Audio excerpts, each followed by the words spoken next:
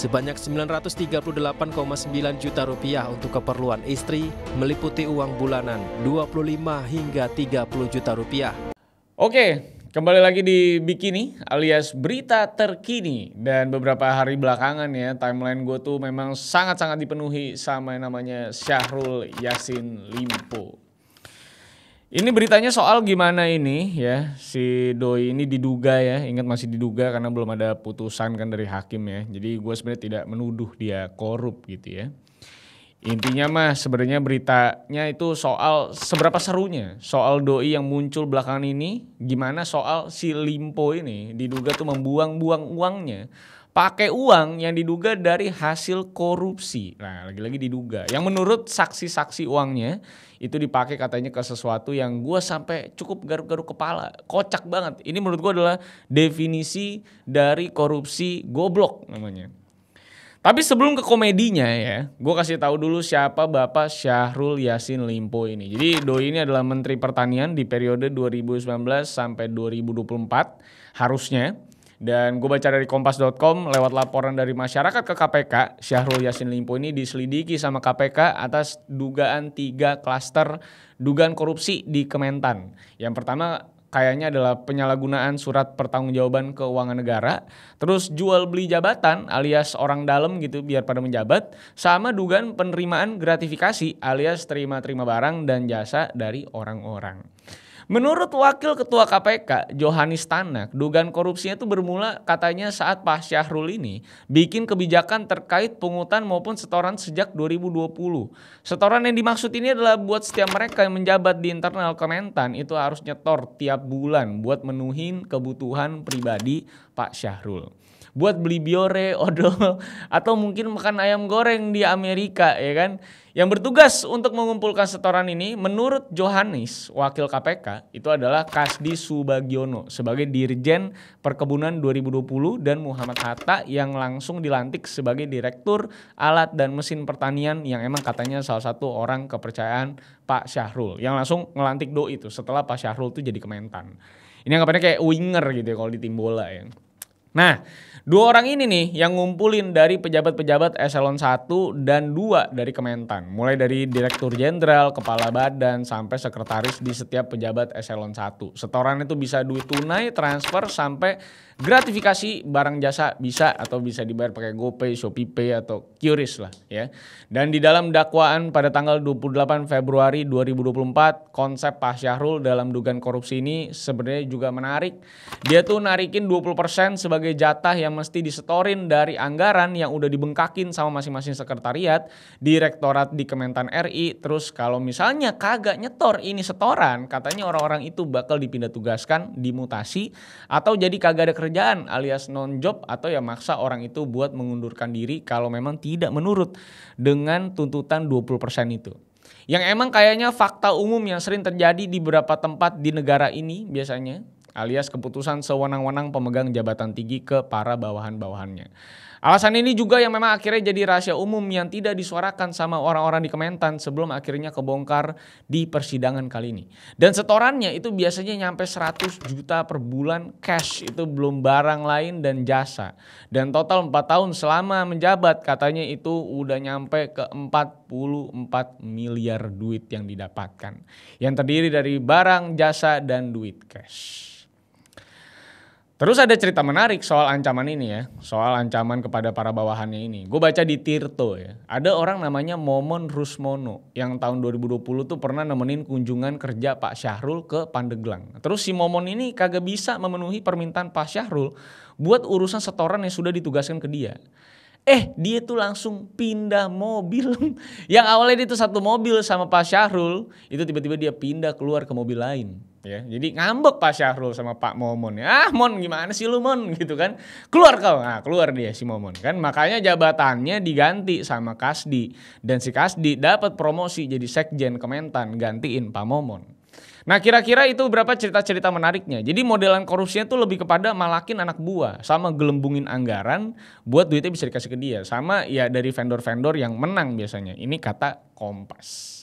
Nah, yang menarik dalam kasusnya Pak Syahrul ini adalah soal duitnya dipakai buat apaan, bukan soal kasus korupsinya. Karena kalau kasus korupsi udah banyak yang lebih gede. Jadi ya karena kita belum pernah megang duit sampai puluhan miliar kayak begitu, jadi gue lumayan penasaran gitu. Dia pakai buat apaan? Kalau kayak Harvey Muiz kan mungkin udah biasa beli private jet, ngimpor pohon Natal dari Amerika, beli Rolls Royce gitu kan. Ini mah biasa. McGregor, Ronaldo juga sering beli beginian. Jadi nggak terlalu bingung. Tapi kan menarik kalau korupsinya nanggung-nanggung kayak kasusnya Pak Syahrul ini. Duitnya tuh dipakai bakal apaan kalau yang model-model angkanya nanggung-nanggung kayak 40 miliar gini. Nah, dari artikel Tempo yang isinya soal fakta-fakta persidangan tanggal 29 April 2024 kemarin, muncul fakta-fakta seru soal duitnya, korupnya ini dikemanain. Nah, ini seru nih menurut gua. Yang pertama ya, buat sunatan dan ulang tahun cucunya. Ini yang ngomong adalah mantan staf fungsional APK APBN Madya Badan Karantina Indonesia Kementan ya. Lengkap biar gue tidak disangka bikin-bikin fakta sendiri. Nama dari pemegang jabatan tersebut adalah Abdul Hafid. Ya, dia ngomong katanya pernah ngeluarin duit buat sunatan cucunya dari anak cowoknya Pak Syahrul. Kalau lu tanya umur anaknya berapa, doi juga lupa. Nominalnya juga lupa. Tapi katanya lumayan lah, nggak sampai 100-200 juta. Jadi mungkin ada 150 mungkin ya. Ini sunat apaan? Mahal banget Pak Syahrul. Maksud gue padahal kalau lu cek nih, gue sempet cek ya. Karena kan gue tidak melakukan sunatan ya gitu ya. Gue sempet cek ada di 3daracatering.id ya. Ini anggap aja gue promosiin ya. Gue lihat paket paling mahal tuh ada 48 juta, udah bagus banget nih. Gue sekarang coba bacain ya. Kalau 48 juta lu bayar ya ke 3daracatering.id ya. Ini tuh lu udah dapet tenda dekor tertutup mewah 100 meter. Lu tau gak definisinya nih ya. Ada kursi Futura, terus panggung megah 6x3 buat 500 orang tuh lo. Satu komplek aja kekejar menurut gue. Ini nasi gorengnya juga banyak. Ada nasi goreng kunyit, nanas, terserah lu lah ya kan. Ada sop ayam jagung, ayam pedas Szechuan tuh. Bayangin, sampai ada ayam Szechuan di sini. Lu kalau scroll lagi ke bawah di paket termahalnya ya. Bahkan itu udah dapat pondokan lezat pilih 2 item ya. Ada 1 ekor kambing guling itu udah bisa masuk ke dalam 50 juta ini lo bayangin ya. Udah sampai pelaminan megah, dekorasi indah, pelaminan sunat 3 kursi dapat 3 kursi ya kan. Taman depan pelaminan, bunga romantis di pelaminan. Itu maksud gue udah cukup Pak Syahrul menurut gue kalau dengan angka 50 juta ke 3daracatering.id menurut gue sudah sangat bisa memfasilitasi. Jujur gue tidak dibayar sama 3daracatering.id ini, cuman kalau lu ketik di Google paket sunatan, ini website pertama kali ya. Jadi udah bayar SEO ya. Jadi udah ada janur romantis, papan nama mempelai, buah buku tamu, sendok nasi stainless steel besar, itu semuanya udah ada. Kalau misalnya menurut Pak Syahrul ini masih terlalu mahal, saya bisa kasih opsi yang lain. Ada namanya cahayatenda.com ya. Ini gue kasih paket termahal ya buat Pak Syahrul ya. Ini ada paket B ya 17 juta ya. Ini udah dapat dekorasi pelaminan ya, karpet ya, kursi anak sunat, dekorasi bunga segar dan plastik ya. Ada pergola jalan. Tenda VIP dekorasi 100 meter loh bayangin. Ada rias, baju sunat, semuanya udah ada sampai album lipatan 15 sheets Pak. Jadi menurut gua kalau misalnya duitnya kurang cukup Pak buat misalnya sunatan, ini kan masih diduga ya lagi-lagi ya. Kalau misalnya kurang cukup lebih baik cek di Google Pak. Jadi banyak yang lebih affordable. Jadi kalau misalnya sampai 100-200 juta, gue belum kebayang kayak apa. Mungkin sambil motong daging badak dari Afrika mungkin jadi mahal gitu ya. Tapi itulah. Makanya kalau duit belum ada tuh jangan gitu menurut gue ya. Jadi banyak di website-website ini paket-paket lebih menarik dan ekonomis. Terus katanya si Hafid juga ngomong kalau dia ini pernah ngurusin soal buat kafe milik cucunya Pak Syahrul. Katanya ini kafe dibikin pakai anggaran dari Kementan Tanaman Pangan. Cuma jumlah masih belum ada ya. Tapi yang pasti selain kafe itu yang lebih gila lagi menurut gue ada kantin juga. Ini katanya punya anaknya Pak Syahrul juga nih. Ini kantinnya ada di Kementan lo bayangin. Biaya sewa dari kantin ini ya itu setiap bulan 1,8 juta buat nyewa kantin buat usaha jual makanan. Jadi anggapannya jualan makanan di kantin tapi tidak bayar uang sewa alias dibebankan ke orang lain. Mending ke sekolah saya Tunas Bangsa itu sekitar 800.000 sewanya tuh per bulan kalau nggak salah ya. Itu juga udah rame gitu. Jadi ini intinya nih konsepnya adalah bikin usaha tapi nyusahin orang. Lu bayangin deh orang lain pada mau dagang beneran pakai duit mereka sendiri 1,8 juta buat nyewa tapi lu malah kagak mau bayar dan lu tetap dagang di sana men. Ya, selanjutnya yang ketiga, ada biaya skincare anak cucu. Kesaksian kali ini dari mantan Subkoordinator Pemeliharaan Biro Umum dan Pengadaan Kementan. Namanya Gempur Aditya. Kata doi, duit anggaran Kementan itu dipakai buat perawatan kulit anak dan cucunya. Alias skincare cuy. Nama anaknya lu cari sendiri langsung ada pasti ya. Langsung ketemu mukanya.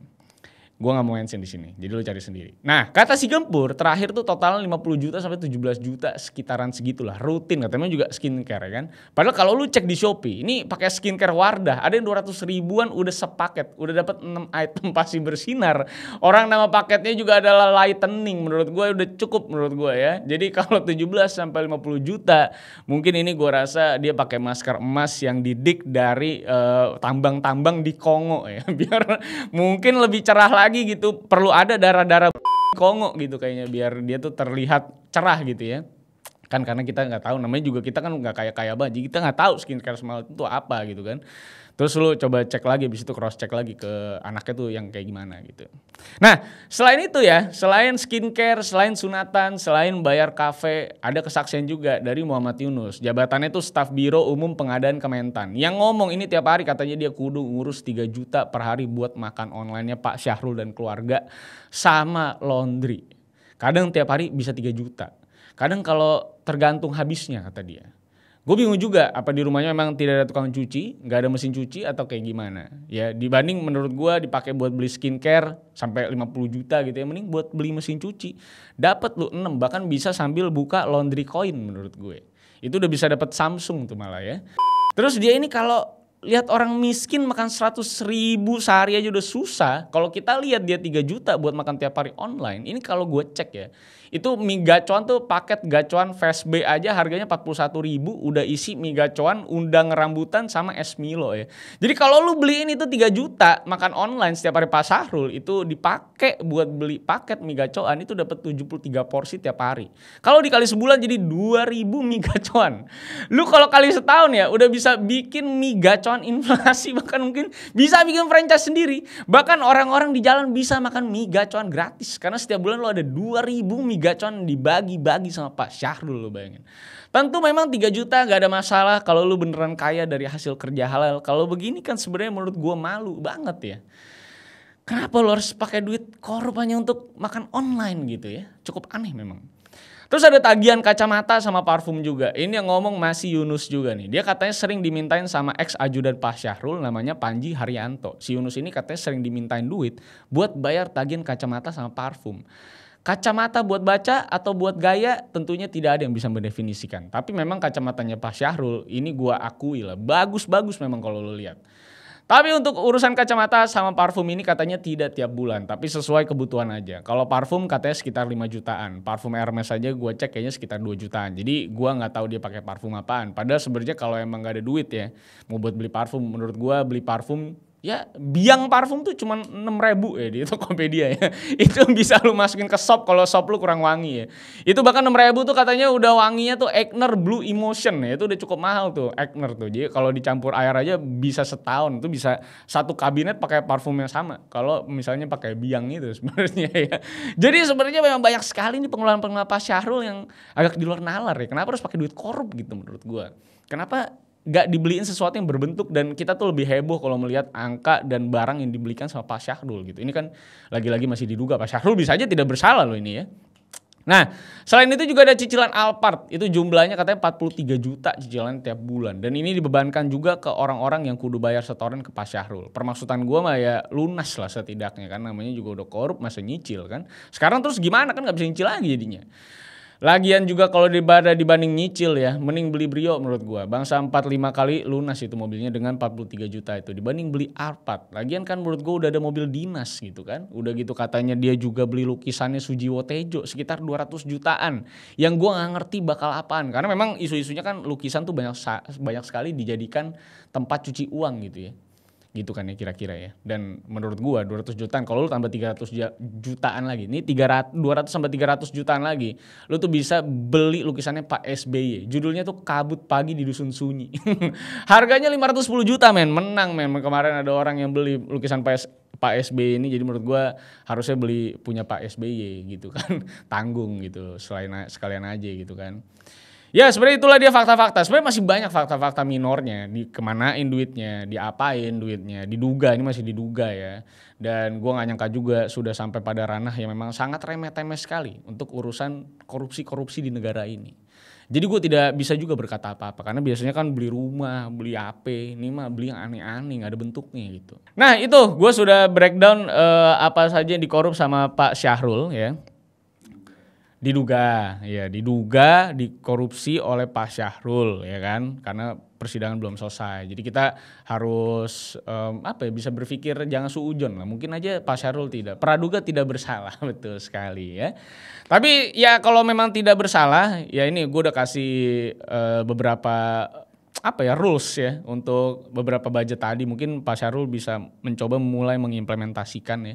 Karena itu jauh lebih ekonomis, lebih murah tapi tetap heboh Pak. Karena kalau mie gacoan aja tuh 2.000 porsi per bulan. Bapak pasti jadi platinum member mie gacoan menurut gue. Tapi sekarang statusnya kalau gak salah Pak Syahrul itu lagi minta lewat pengacaranya untuk bisa dibilang tahanan luar kalau gak salah ya. Karena Pak Syahrul ini lagi dalam keadaan kurang sehat. Kalau gak salah ada statement paru-parunya tuh tinggal sebelah apa gimana gitu. Jadi butuh area terbuka untuk bisa bernafas lebih lega ya. Ya udahlah, saya mah kan tetap orangnya manusiawi banget. Jadi kalau memang betul-betul sakit mah harusnya ya udahlah biar sehat aja, biar bisa tuntas gitu persidangannya gitu ya. Ya semoga yang terbaik untuk kita semua, semoga yang benar itu tetap bisa menang ya, supaya tidak lagi ada kejadian-kejadian seperti ini. Ya, nanti kita akan coba cek lagi korupsi-korupsi mana lagi. Karena kalau ini diduga korupsinya benar, ini adalah korupsi yang sangat bodoh menurut gua untuk itu ya. Karena mungkin kalau gua akan lebay beli yak gitu mungkin ya. Ya, who knows. Yaudah, sampai jumpa semuanya. Kalau kalian punya komentar terkait dengan Pak Syahrul atau kalian punya matematika sendiri, bagaimana cara memanfaatkan budget-budget tadi untuk kebutuhan kalian, misalnya seakan-akan Anda korupsi gitu ya. Kalian mungkin bisa drop komentar, kita bikin konten seru-seruan dari sini ya. Terima kasih semuanya. Sampai jumpa di berita-berita terkini lainnya. Sampai jumpa semuanya. Dadah guys.